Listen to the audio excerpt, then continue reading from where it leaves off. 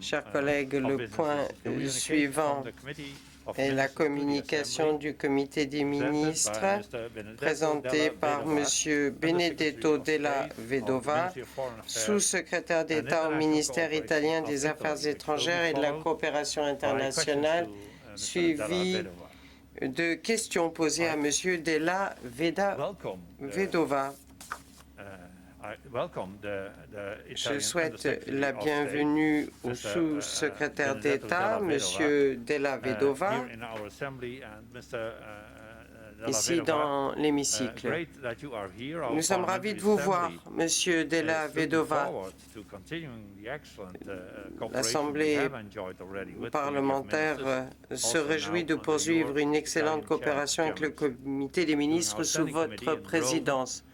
Lors de la commission permanente à Rome en novembre, nous avons eu un échange très utile sur la coopération et la mise en œuvre des priorités de la présidence italienne. L'échange aujourd'hui nous donne une nouvelle occasion de poursuivre ce dialogue.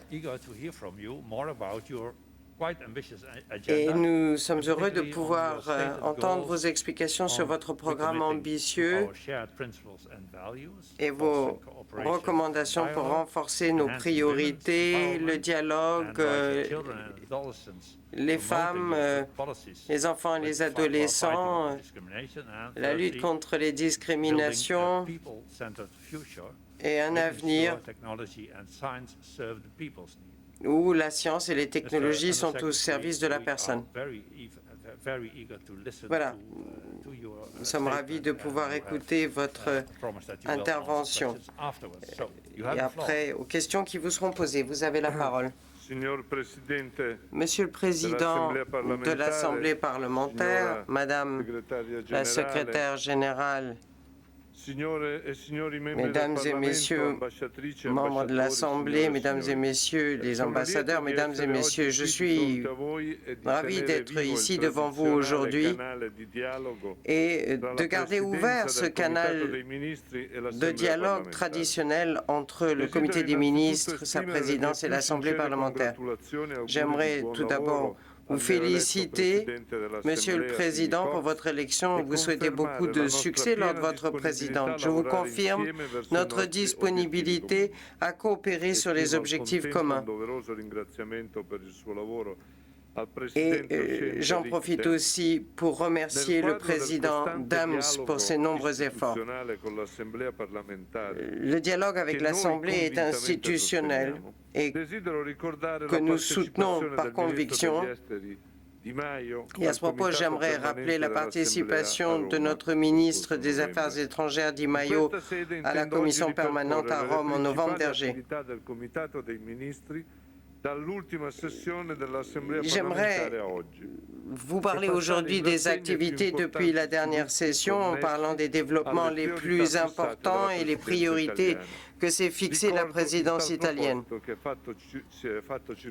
Et je rappelle aussi qu'un document avec tous les détails a été diffusé. J'aimerais tout d'abord rappeler que nous sommes convaincus que le Conseil de l'Europe fait partie intégrante de l'effort collectif face aux grands défis de la planète et que la protection des droits de l'homme et des libertés doit être l'expression d'une vocation multilatérale dans laquelle mon pays se reconnaît pleinement. Vous êtes, à cet égard, un avant-poste de ces droits et de leur défense. Nous avons en Europe une longue tradition de protection des droits de l'homme et les opinions publiques sont formées à ces questions. Nous avons un arsenal législatif et opérationnel important à cet égard et nous sommes tous convaincus de la sauvegarde des principes fondamentaux nécessaires nécessaire à toute vie en société. Mais pourtant, les défis ne manquent pas. Le Conseil de l'Europe est un projet commun, avant toute chose, voulu et affirmé par ses États membres, des principes et des valeurs construits ensemble par des États membres qui doivent ensuite faire vivre les instruments créés dans la poursuite de l'objectif indispensable d'un espace commun de dialogue et de vie en bonne intelligence. Il y a un certain nombre de conflits sur notre continent et le Conseil de l'Europe joue sa part, croissante d'ailleurs, dans le maintien de la paix. C'est important dans une vie en société fondée sur le respect de l'autre et de la démocratie, grande conquête de notre civilisation. Une des priorités de la présidence italienne est de s'engager une fois de plus et clairement pour ces valeurs communes.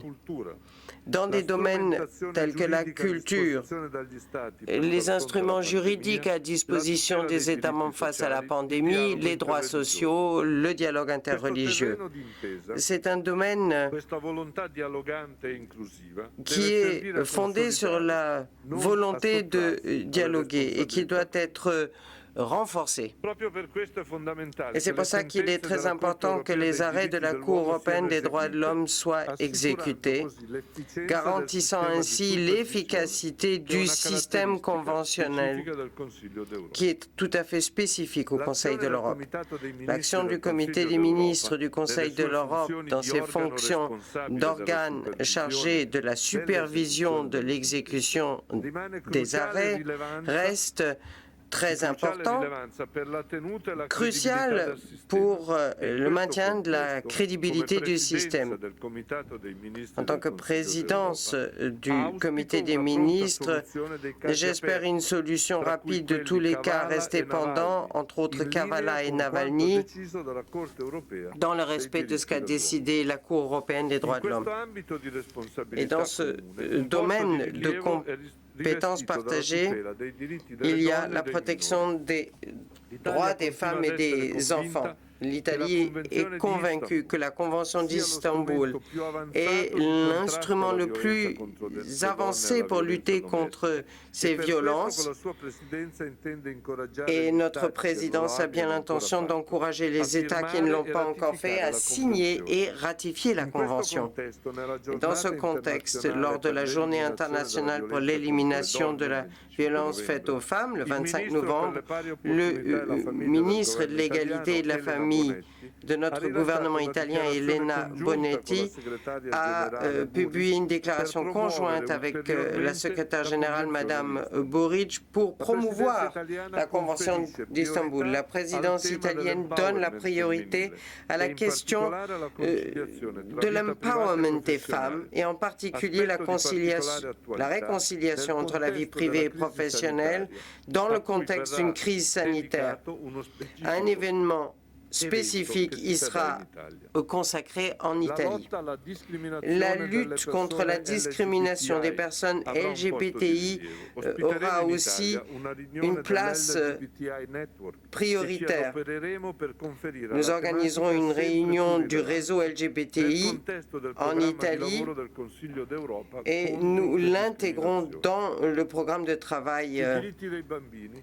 À propos du droit des enfants, l'Assemblée parlementaire hier a consacré un débat à cette question avec des points importants qui ont été soulevés, que nous partageons dans une large mesure et qui concernent le programme de travail du Conseil de l'Europe. Dans le cadre de notre présidence, le 18 novembre dernier, et à l'occasion de la journée pour mettre fin à l'abus sexuel des enfants, un événement spécial avait été organisé. Rendre le cercle de confiance, vraiment de confiance pour l'enfant. Des recommandations ont été adoptées par le Comité des ministres pour protéger les enfants de la radicalisation et du terrorisme. Et il faut les protéger des messages des groupes terroristes. qui sont diffusés sur les réseaux sociaux. La nouvelle stratégie du Conseil de l'Europe sur les droits des enfants sera lancée à l'occasion d'un événement de haut niveau à Rome les 7 et 8 avril prochains. Il faut lutter aussi contre la contrefaçon des produits médicamenteux, de plus en plus important pour protéger notre santé, mais aussi pour inspirer plus confiance à la lutte contre la pandémie. D'où l'importance de la Convention Médicrime du Conseil de l'Europe, qui est le seul instrument international qui a pour but de prévenir et lutter contre les menaces qui pèsent sur la santé publique. Le 25 novembre dernier, à l'occasion des 10 ans de cette convention, le comité des ministres a invité les États intéressés qui ne l'ont pas encore fait à ratifier cette convention. Le programme de notre présidence prévoit de nous intéresser à la réponse efficace des systèmes sociaux médicaux nationaux en situation de crise avec une conférence en ligne qui est prévue. La culture et le sport méritent que l'on relance le débat avec l'organisation d'une réunion des ministres de la culture le 1er avril. Et là, il sera question de revitaliser les instruments existants et d'identifier des initiatives de coopération. Dans le domaine du sport, le mois dernier, le comité des ministres a adopté une recommandation sur la Charte européenne du sport révisée qui constitue et inscrit le droit au sport. Le 6 et 7 décembre, le ministère italien du sport a co-organisé une conférence sur le sport à Rome pour faire le bilan des travaux développés et à développer dans 3 domaines: les compétitions, leur manipulation et la gouvernance dans le sport. Le 20 janvier dernier s'est tenu un comité des ministres informel sur les droits de l'homme et le sport. Les débats sur la gouvernance dans le football et le sport en temps de crise aura toute notre attention. Une réunion à haut niveau s'est tenue le 18 octobre pour commémorer les 60 ans de l'ouverture à la signature à Turin de la Charte sociale. Ce jour-là, le comité des ministres a adopté une déclaration où il réaffirmait le rôle important que joue la Charte sociale européenne dans la garantie et la promotion des droits sociaux en Europe, rappelant sa détermination à en garantir l'efficacité. Et le comité des ministres a ensuite créé un groupe de travail sur la mise à jour du système de la Charte sociale afin de formuler des propositions et des solutions pour la ministérielle du mois de mai et qui a pour but d'améliorer le fonctionnement de la Charte et son mécanisme de monitoring. Et nous espérons qu'au mois de mai, nous serons en mesure de nous mettre d'accord sur les activités du Conseil de l'Europe sur un thème central de notre avenir, à savoir l'intelligence artificielle. Non pas pour en limiter le développement, mais pour faire en sorte que l'intelligence artificielle soit utilisée de manière respectueuse des droits de l'homme. Un mélange d'instruments contraignants et non contraignants selon la solution la plus appropriée.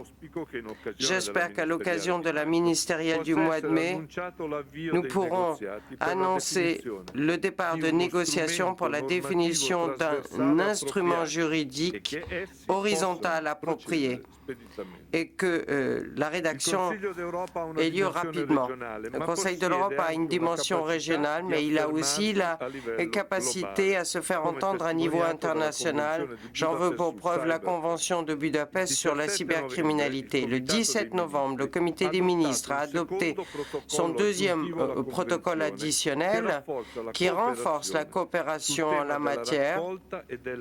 en matière de récolte et de divulgation de preuves électroniques. L'ouverture à signature du protocole additionnelle se fera sous présidence italienne.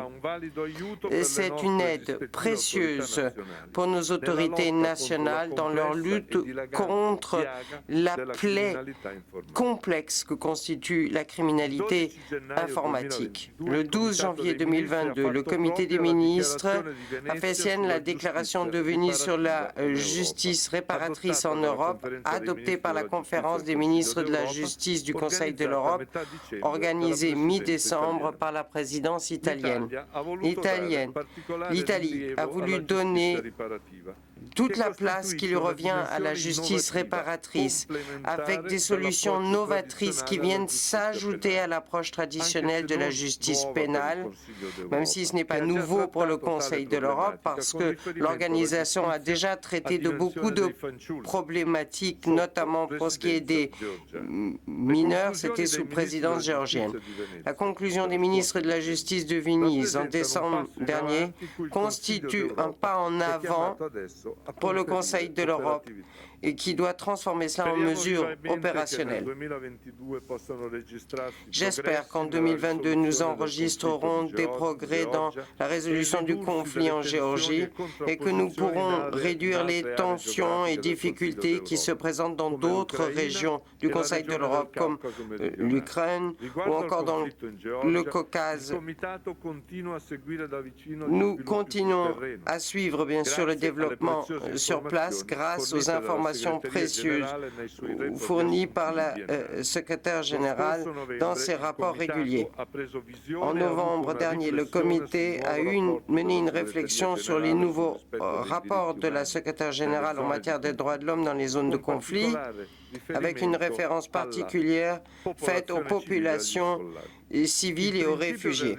Le principe du respect de l'intégrité territoriale des États et de la résolution pacifique des conflits doivent rester nos grands points de référence.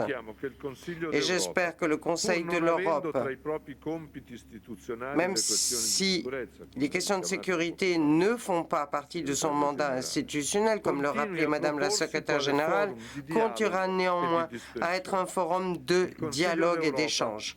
Le Conseil de l'Europe continuera à fournir assistance à ces États membres pour soutenir leurs efforts dans l'amélioration à niveau national des standards voulus par le Conseil de l'Europe en matière de droits de l'homme, démocratie et état de droit. En décembre dernier, le comité des ministres a adopté un nouveau plan d'action pour la Bosnie-Herzégovine pour 2022 à 2025. L'assistance est apportée aussi à des pays tiers tels que le Maroc ou la Tunisie, avec lesquels le Conseil de l'Europe a des relations étroites après conclusion d'accords de partenariat qui courent jusqu'en 2025. Les thèmes de la coopération renforcée avec d'autres organisations internationales dans la réforme de la politique de voisinage et de la contribution fournie par le Conseil de l'Europe au développement durable et l'ordre international restent des propos importants. En novembre dernier, et je conclus, Monsieur le Président, le comité des ministres a adopté par consensus son programme et budget 2022 à 2025, présenté pour la première fois dans une stratégie sur 4 ans, comme décidé à l'occasion de la ministérielle de Hambourg. Le cycle du budget est toujours fondé sur 2 ans et il y aura donc une révision à mi-parcours dans le courant de l'année 2023. Le comité des ministres a adopté son budget sur base d'une croissance réelle zéro qui lui permet de compenser le taux d'inflation et maintenir un niveau de ressources financières adéquat. La décision du comité des ministres ont été accompagnées de réformes administratives comme un nouveau règlement du personnel et la définition d'approches approche et méthodologie de travail fondée sur les résultats, en anglais appelé Results-Based Management Approach. Je suis ravi de ces résultats. Les adaptations seront possibles, soit même nécessaires ou bienvenues, mais il faut stabilité, prévisibilité pour l'organisation. Selon ce que disait la secrétaire générale, Mme Burrich, à partir du cadre stratégique qui a été adopté, nous pourrons envisager avec plus de sérénité le futur matériel de l'organisation. Nous continuons à penser qu'il est important de continuer à travailler avec l'Assemblée parlementaire dans le respect des compétences respectives et les dispositions statutaires. Nous voulons donc que la communication entre les organes soit développée, approfondie, et nous verrons ensemble comment il est utile de travailler dans la plus grande synergie possible. Monsieur le Président, j'ai le plaisir d'annoncer que la réunion des ministres des Affaires étrangères du Conseil de l'Europe aura lieu le 20 mai à Turin. Merci de votre attention. Grazie mille, signore Della Vedova. Merci beaucoup, Monsieur Della Vedova, pour votre